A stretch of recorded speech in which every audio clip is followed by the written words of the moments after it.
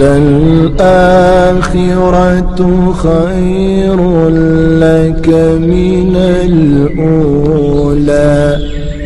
ولسوف يعطيك ربك فترضى۔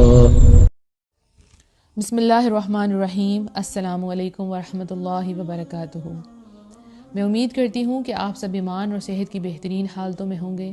اللہ سبحانہ تعالی ہمیشہ آپ کو اچھے حالوں میں رکھے اور آپ کی طرف بڑھنے والے ہر شر کو خیر میں بدل دے، آمین۔ الحمدللہ دعا سیریز کا آج ڈے 5 ہے، جس کا ٹاپک ہے دعا کے آداب۔ تو سٹارٹ کرتے ہیں۔ رب اشرح لی صدری ویسر لی امری واحلل عقدۃ من لسانی یفقہوا قولی۔ دعا کے آداب۔ ہر کام کو کرنے کے کچھ آداب ہوتے ہیں جن کا ہمیں خیال رکھنا پڑتا ہے۔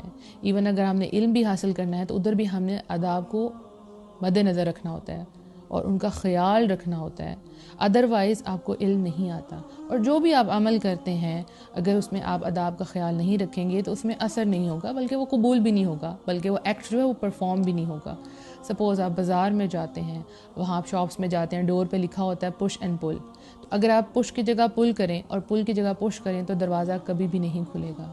تو اگر آپ چاہتے ہیں کہ اللہ کی رحمتوں کے دروازے کھل جائیں تو دعا مانگتے وقت ان آداب کا اپنے خیال رکھنا ہے تاکہ جو آپ مانگ رہے ہیں وہ آپ کو مل بھی جائے۔ تو پہلی جو ادب ہے وہ کیا ہے؟ ٹھیک ہے، دعا سے پہلے اللہ تعالیٰ کی تعریف کی جائے، حمد و ثنا کی جائے اور نبی صلی اللہ علیہ وآلہ وسلم پر درود بھیجا جائے۔ اس سے کیا ہوگا؟ جب ہم اللہ سبحانہ تعالیٰ کی تعریف بیان کریں گے تو اللہ سبحانہ تعالیٰ ہماری دعاؤں کو قبول کرے گا، کیونکہ ہم اللہ سے سوال کر رہے ہیں۔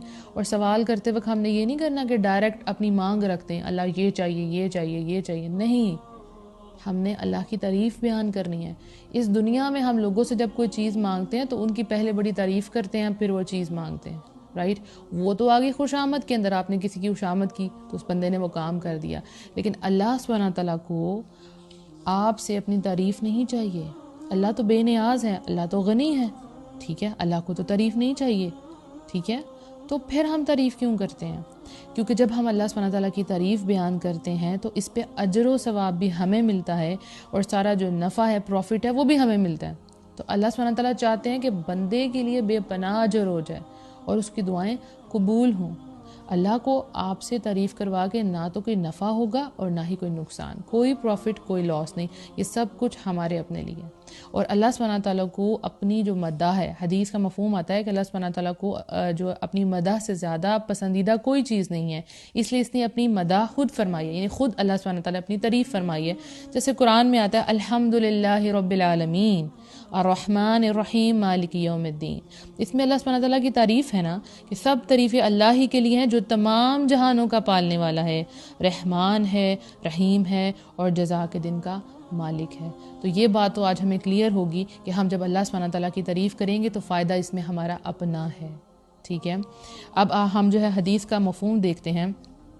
ایک دفعہ کا ذکر ہے کہ رسول اللہ صلی اللہ علیہ وآلہ وسلم بیٹھے ہوئے تھے کہ ایک آدمی داخل ہوا، اس نے نماز پڑھی، پھر اس نے کہا اے اللہ مجھے معاف کر دے اور مجھ پہ رحم فرما۔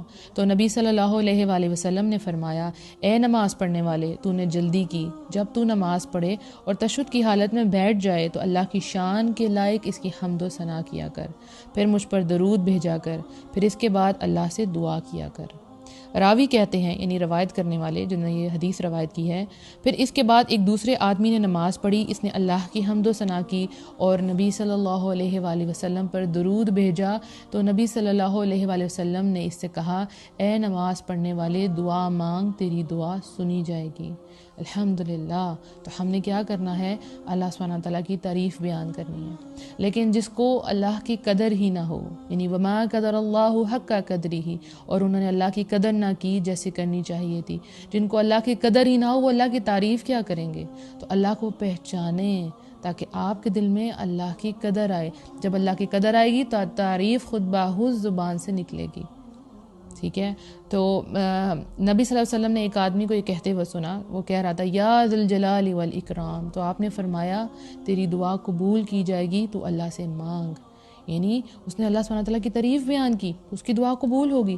تو تعریف آپ کو ضرور کرنی ہے، ہر دعا سے پہلے اللہ سبحانہ تعالیٰ کی حمد و ثنا بیان کرنی ہے، ٹھیک ہے، پورے دل کے ساتھ، پوری قدر کے ساتھ کہ واقعی اللہ اس تعریف کے قابل ہے کہ اللہ کی تعریف کی جائے، وہ رب العالمین ہے۔ دوسرا ادب کیا ہے؟ دوسرا ادب ہے اللہ تعالیٰ سے اسم اعظم کے ذریعے دعا کریں۔ اسم کیا ہے؟ ناؤن، یعنی کوئی بھی نام، رائٹ؟ اور اعظم کسے کہتے ہیں؟ عظمت والا، عظیم، بہت بڑا۔ تو کچھ دعائیں ایسی ہیں، کچھ کلمات ایسے ہیں جن کے اندر اسم اعظم ہے، اور ان کے ساتھ جب دعا کی جائے تو وہ قبول ہوتی ہے۔ یہاں میں آپ کو اپنی فیوریٹ دعا بتاتی ہوں۔ نبی صلی اللہ علیہ وسلم نے ایک آدمی کو یہ کہتے ہوئے سنا، اللہم انی اسألک بانی اشہد انک انت اللہ لا الہ الا انت الاحد الصمد الذی لم یلد ولم یولد ولم یکن لہ کفوا احد۔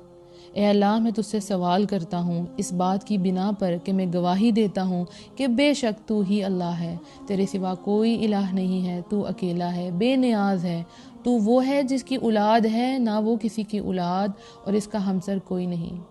اس آدمی کی بات سن کر نبی صلی اللہ علیہ وآلہ وسلم نے فرمایا، اس نے اللہ کے اسم اعظم کے ساتھ سوال کیا ہے کہ جب کوئی اس کے ذریعے دعا مانگتا ہے تو قبول ہو جاتی ہے، اور جب کوئی سوال کرتا ہے تو اس کا سوال پورا کر دیا جاتا ہے۔ اللہ اکبر۔ تو جب ہم اللہ سے اسم اعظم کے ذریعے دعا کریں گے تو اللہ سبحانہ تعالیٰ وہ دعا قبول کرے گا۔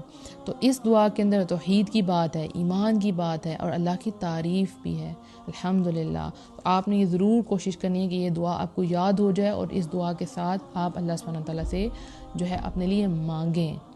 تیسرا جو ادب ہے وہ کیا ہے؟ اللہ تعالیٰ سے حسن ظن رکھیں، ٹھیک ہے۔ حسن ظن کیا ہے؟ اللہ سے اچھا گمان رکھیں، ٹھیک ہے۔ آپ کی دعا جلدی ہو قبول یا دیر سے ہو، آپ کو قبولیت کا یقین ہونا چاہیے، ٹھیک ہے۔ کس طرح کہ قرآن میں آتا ہے وَإِذَا سَأَلَكَ عِبَادِي عَنِّي فَإِنِّي قَرِيبٌ أُجِيبُ دَعْوَةَ الدَّاعِ إِذَا دَعَانِ۔ اور اے نبی، جب تم سے میرے بندے میرے بارے میں سوال کریں تو ان کو بتا دو کہ بے شک میں تمہارے قریب ہوں، جب کوئی پکارنے والا مجھے پکارتا ہے تو میں اس کی پکار کا جواب دیتا ہوں۔ تو جب بھی آپ کو فیل ہو کہ آپ اللہ سے دور ہیں یا اللہ آپ کی نہیں سن رہا، تو اس آیت کو ذہن میں رکھیں کہ جب بھی آپ اللہ سے سوال کریں گے اللہ آپ کو جواب دے گا، کیونکہ وہ کیا ہے؟ فَإِنِّي قریب، اللہ سبحانہ تعالیٰ آپ کے قریب ہے، آپ کی ہر پکار پہ اللہ سبحانہ تعالیٰ آپ کو جواب دیں گے۔ جب کوئی نہیں آپ کو سن رہا، آپ کا رب تو آپ کو تب بھی سنتا ہے۔ وہ کیا ہے؟ اِنَّكَ سَمِيعُ الدُّعَاء، اے اللہ بے شک تو دعاؤں کو بہت سننے والا ہے۔ اس میں سمیع جو اللہ کا نام استعمال ہوا ہے وہ بہت بڑا ہے۔ سمیع عام سننے والے کو نہیں کہتے، یہ اللہ کی صفت ہے، اس میں بہت زیادہ مبالغے کا صیغہ ہے، یعنی اس میں کیا ہے؟ بہت سننے والا، بہت سننے والا۔ تو اللہ سبحانہ تعالیٰ انشاءاللہ آپ کی دعاؤں کو سنے گا، لیکن گمان اچھا رکھنا ہے، قبولیت کا یقین رکھنا ہے۔ تو جب آپ دعا مانگیں تو پھر آپ کو کیسے یقین آئے گا کہ اللہ سبحانہ تعالیٰ نے آپ کی دعا قبول کر لی ہے؟ اس کے بارے میں سورہ ال عمران میں آتا ہے، ان کے رب نے ان کی دعا قبول کر لی اور جواب دیا کہ میں یقیناً کسی عمل کرنے والے کے عمل کو خواہ وہ مرد ہو یا عورت ضائع نہیں کرتا۔ تو جب آپ یہ آیات کو، ان کا ترجمے کو ذہن میں رکھتے ہیں تو پھر آپ کو دعا کی قبولیت پہ بھی یقین آ جاتا ہے کہ آپ جو بھی عمل کرتے ہیں اللہ اس کو ضائع نہیں کرتا، آپ جو بھی دعا کرتے ہیں اللہ سبحانہ تعالیٰ اس کو قبول کرتا ہے۔ وَقَالَ رَبُّكُمُ ادْعُونِي أَسْتَجِبْ لَكُمْ، اور تمہارے رب نے فرمایا کہ